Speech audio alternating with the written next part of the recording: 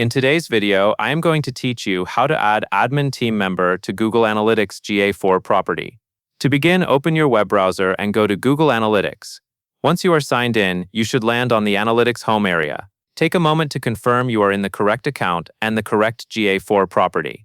This matters because access is granted at the property level, and it is easy to add someone to the wrong place if you manage multiple properties. Next, look to the left-hand navigation and click Admin.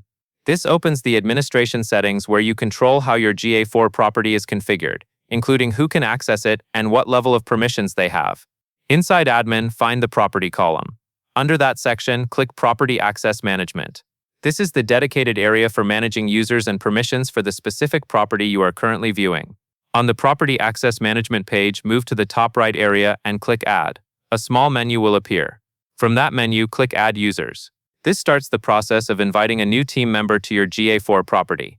Now you will see the User Addition panel where you enter the person you want to add and choose their access level. Click into the field where you add a user and enter the email address associated with their Google account. Make sure the email is typed correctly, because access invitations are sent to that exact address. Next, focus on the Permissions area. Click to select the appropriate role for an admin team member. An admin typically needs a high permission level so they can manage settings and other users, but you should only grant the level of access that person truly needs. This is a good time to be careful, since user management permissions allow someone to add or remove other users. Continue by clicking through the permission options shown on screen to confirm the correct access is selected. If you see checkboxes for additional controls, review them closely before finalizing, especially anything related to managing users. When you are ready, confirm the prompts that appear. If a guidance message pops up, click Got it to acknowledge it and continue.